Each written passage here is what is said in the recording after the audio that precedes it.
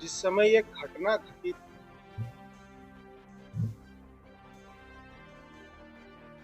मेरे जीवन की जो सबसे बड़ी पीड़ा रही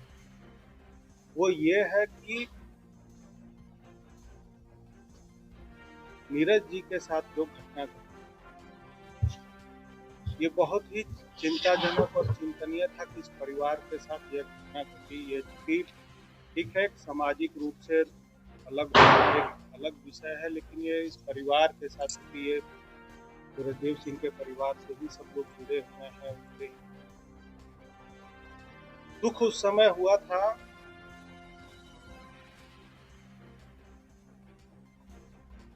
कि जब नीरज जी के साथ जब घटना घटी तो ये आदमी एक सदमे में चला गया था, लेकिन पीड़ा अब और बढ़ी जब नीरज जी के हत्या का आरोप हमारे ऊपर। मतलब इस पीड़ा से ना उस समय ना आज और शायद भविष्य में भी मैं नहीं निकल पाऊंगा कि ये कल्पना नहीं कर पाया कि आखिर वो आरोप मेरे ऊपर क्यों लगा।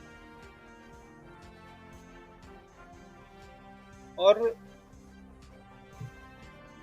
लोग जो समझे, जिसको जो समझना है, हम किसी पर कोई टीका टिप्पणी नहीं करना चाहते, लेकिन एक बचपन से लेकर और एक जवानी के उम्र तक हम लोगों को लगता है कि हम लोग साथ में रहे, खेलना कूदना सब कुछ हुआ। और ये कि हम लोग हमारे परिवार में 5 भाई और 5 भाइयों में सभी के बाल बच्चे में मिलाकर हमको लगता है कि 13 भाई और 13 बहन। कोई हम लोगों से बड़ा, कोई हम लोगों से छोटा, कोई हम लोगों से हम उम्र। और इस परिस्थिति में यह आरोप लगना बड़ा ही मतलब बेचैन करके रखता है। ये मेरे लिए सबसे पीड़ादायक है, क्योंकि जिनके साथ बचपन से लेकर राजनीतिक क्षेत्र में आने से पहले तक जब एक दूसरे के साथ सभी भाइयों के साथ मिलकर खेलना कूदना, साथ में कहीं जाना, बहुत सारी अच्छे बुरे घटनों में साथ रहना, ये मुझे हिलाता। अपनी स्तर से ये प्रयास भी जरूर किया था कि इस केस में सीबीआई जांच हो, लेकिन जब मुझे इस केस में सीबीआई जांच का कोई जगह नहीं मिला तो हम 2019 के बीच में हम न्यायालय में, और यह मामला 2 साल तक झारखंड उच्च न्यायालय में मामला लंबित रहा। और जब इस मामले की सुनवाई हुई तो राज्य सरकार से 2023 में, जिस समय मैं अस्वस्थ था, उस समय सरकार से ये उत्तर मांगा गया था कि क्या इसमें सीबीआई जांच की आवश्यकता है। तो 2023 में राज्य सरकार द्वारा ये उनके तरफ से उनके वकील अपीयर हुए राज्य सरकार के तरफ से, उन्होंने कहा कि इस केस में सीबीआई जांच की आवश्यकता नहीं है। लेकिन मेरी पीड़ा ये रही कि इस केस में सच्चाई सामने आनी चाहिए थी, और उसमें उस समय राज्य सरकार को भी 2023 में या उनके लोगों को इसमें समर्थन जरूर करना चाहिए। और वो फाइल हमने खुद किया था, मैंने राज्य सरकार और सीबीआई को उसमें पार्टी भी बनाया था, हमारे पास कागजात भी हैं। एक लौता पूरे धनबाद से, इस परिवार से, पूरे झारखंड से एक लौता मैं एक ऐसा व्यक्ति था इस केस में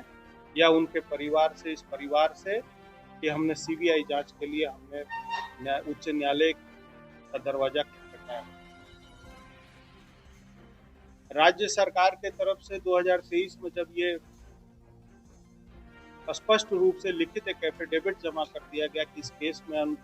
सीबीआई जांच की आवश्यकता नहीं है,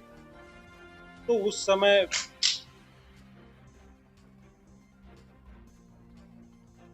उच्च न्यायालय और बाकी लोगों के द्वारा ये कहा गया कि अब इसमें जांच नहीं होगा और मामला हमारे पक्ष में नहीं आया। आज आप लोगों के साथ एक मुलाकात सबसे जरूरी थी, इसलिए ये राजनीतिक सक्रियता आप जहां तक जानते हैं कि ये स्पष्ट रूप से है कि 2017 में जब मैं जेल गया था और उस जेल जाने के क्रम में 2019 में रागिनी जी से मैंने बात की और बात करके इनसे व्यक्तिगत एक संदेश भिजवाया इनको, और इनको हमने कहा कि आप जो जिम्मेवारी हमारे ऊपर थी कि लोगों के बीच में रहकर उनके बातों को, उनकी जन भावनाओं को समझना और उस पर कार्य करना, तो मेरी अनुपस्थिति में इन्होंने काम किया है। और निश्चित तौर पर जब से हम यहाँ धनबाद आए उस दिन से लेकर आज तक प्रत्येक दिन बहुत लोगों से मुलाकात हो रही है, और जिन विषयों में लोगों की जो समस्या है, जहां तक संभव हो पाता है तो रागिनी जी से या हम अपने स्तर से प्रयास करते हैं, लोगों से बात करके उसका समाधान करने का प्रयास करते हैं। क्योंकि जो स्वर्गीय सुरेशदेव सिंह का राजनीतिक कार्य रहा, वो सिर्फ राजनीतिक चुनाव लड़ना या चुनाव जीतने से या एक विधायक बनने तक नहीं था। उनके मन में एक ये सोच था कि हम सामाजिक स्तर पर भी हम काम करेंगे, जहां भी लोगों को परेशानी होगी, अपने स्तर से जो भी व्यवस्था होगी हम उसके लिए खड़े रहेंगे। तो हम ये उनके नहीं रहने के बाद इस परिवार से जो भी लोग रहे वो चलते रहे और उस कार्य को पूरा करते रहे। ये दायित्व रागिनी जी के ऊपर रहा, और ये बखूबी चुनाव हारने के बाद भी रागिनी जी उसको करती रही, और हमारा भी सहयोग अब इनके साथ है, रहेगा। वहाँ शिव का कोई महत्व नहीं है, तो हम लोग दोनों व्यक्ति मिलकर जरूर सामाजिक रूप से जो भी कार्य होगा उसको हम लोग करेंगे। हम तो स्पष्ट अभी आपसे कहा कि देखिए अभी राजनीतिक रूप से जो बातें हैं वो अपनी जगह पर है, लेकिन स्वास्थ्य अभी अनुकूल नहीं है। सब लोगों से बातें हो रही हैं, आप लोगों से मुलाकात हो रहा है, पर आगे जब अनुकूल रहेगा तो